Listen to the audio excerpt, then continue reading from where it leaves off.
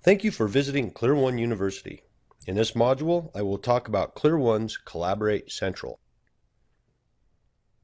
The Collaborate Central is a powerful management software used to control your networked video conferencing endpoints. This software comes standard with the Collaborate VCB, but it can also be used separately to manage multiple desktop users and Collaborate Room setup devices, as well as other manufacturers' devices.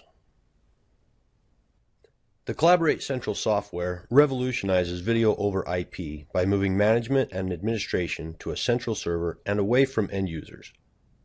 Deployment of enterprise policy, such as bandwidth usage, software upgrades, call routing, and much more is done from a central location by the IT administrator. And the central software can manage up to 1,000 users and up to 200 concurrent calls. An enterprise can be split up into zones, and each zone can be administered from the same central location. Central also has LDAP capabilities, just like the desktop and room codecs, but it can share the directory with registered endpoints. And the central server can also provide PBX capabilities, such as call forwarding, call transfers, and ACD line hunting. When registered and managed by the Collaborate Central, the endpoints maintain all of their features, such as H.460 firewall traversal. Endpoints can register to the central software through a firewall.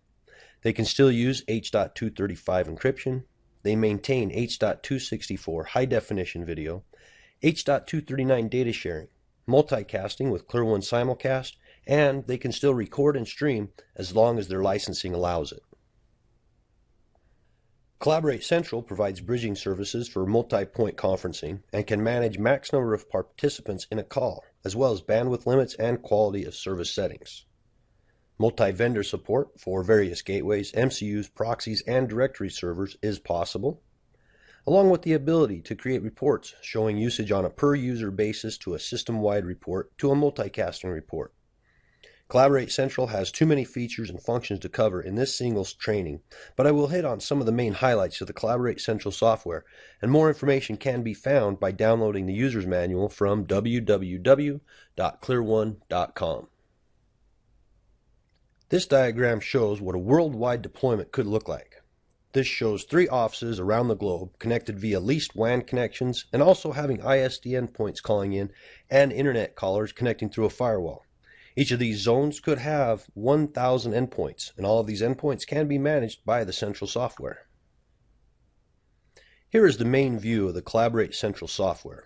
You can see that it is in a hierarchical architecture, and you drill down through the system options to view and configure more precise details.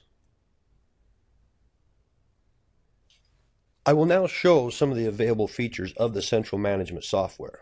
Starting at the top is the Ad-Hoc permission groups. This is a group of endpoints registered to a central that can be used for ad hoc conferencing.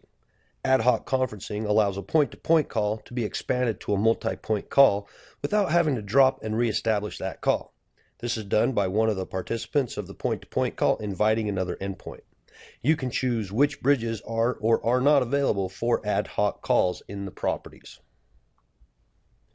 The Administrators section shows all administrators of the system and whether they are logged in or not. There are 3 levels of administrators. The super user can view, edit, add, delete all items, item types, and properties in all of the system's views.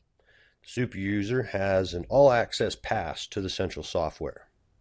The level of monitor system privileges can view the items on the main view, customize the main view, and initiate video conferencing between known endpoints. And the system view properties level can view all items and their properties, as well as the login status, event log, and LDAP servers view. Bandwidth groups allow administrators to limit the amount of bandwidth being used by a specific LAN segment. The administrator makes an aggregate amount of bandwidth available to the entire group. If an endpoint in the group tries to make a call and there is no bandwidth remaining, that endpoint will not be allowed to make a call until the bandwidth becomes available. It is also possible to manually assign an endpoint to a bandwidth group, even though it does not meet the IP address requirements of a specific group. The Collaborate Room Systems view allows an administrator to see what systems are registered, logged in, or in a call. You see in this image that laptop 2 is logged in and laptop 1 is not. You can also see which endpoints are in a call and how much bandwidth is being used in that call. Here you see that I am in a call with laptop 2, and you can see the bandwidth being used.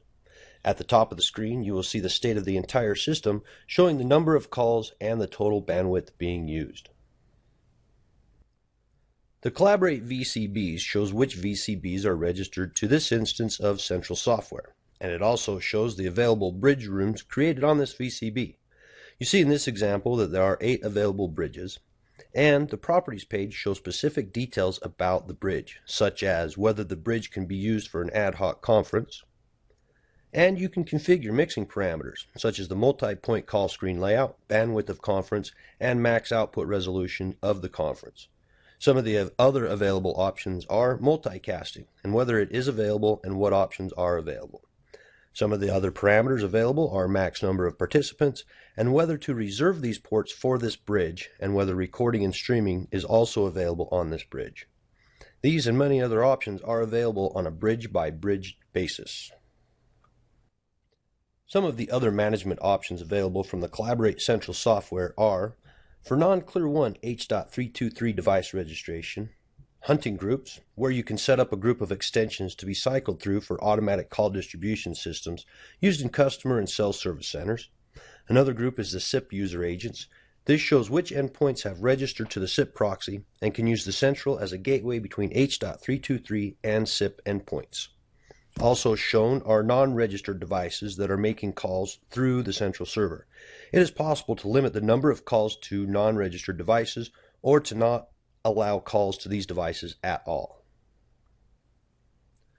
The last thing to show you in the system view of the Central software is the templates. This is where you can set up default settings for each service available in the software. An example might be for the desktop clients.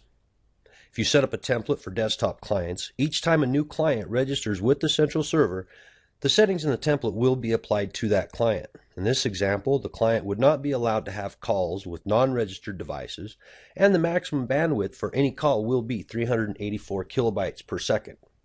You can also set up defaults for any new VCBs added to this server, and make sure that by default multicasting is not allowed. You can also limit the number of participants to 10, and reserve the available ports on the MCU to this bridge, and also set up quality of service parameters for the new bridges. Of course, you can still go into each individual system, whether it is a bridge, a desktop client, a room client, or any other type of service, and configure just that client's settings. In summary, the Collaborate Central software is the heart of the Collaborate video conferencing network, managing thousands of endpoints through hundreds of zones. And it does this while managing multi-point conferencing, bandwidth allocations, and other management restrictions, making the Collaborate Central management software a robust, multifaceted tool for your Collaborate video conferencing network.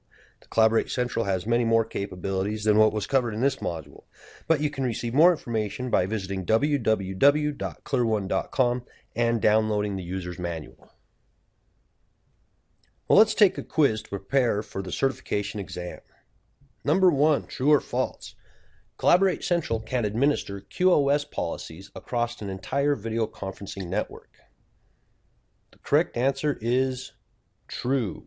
Quality of service policies can be administered to all endpoints and bridges on the video conferencing network. Number 2, Collaborate Central will support which endpoints? Collaborate desktop clients, Collaborate room clients, SIP endpoints, non-Collaborate endpoints, or all of the above. The correct answer is all of the above. Collaborate Central can manage all Collaborate endpoints and non-Collaborate endpoints, including SIP and H.323 endpoints. And number 3, true or false? Multicasting is always available in a bridge call through Collaborate Central. The correct answer is false. Even though multicasting is possible through a multi-point call, it is also possible to disable multicasting on a bridge-by-bridge basis. This is just one of the many management capabilities of the Central software. Thank you for your time, and as always, you can visit www.clearone.com to learn more about these and other Clear One products.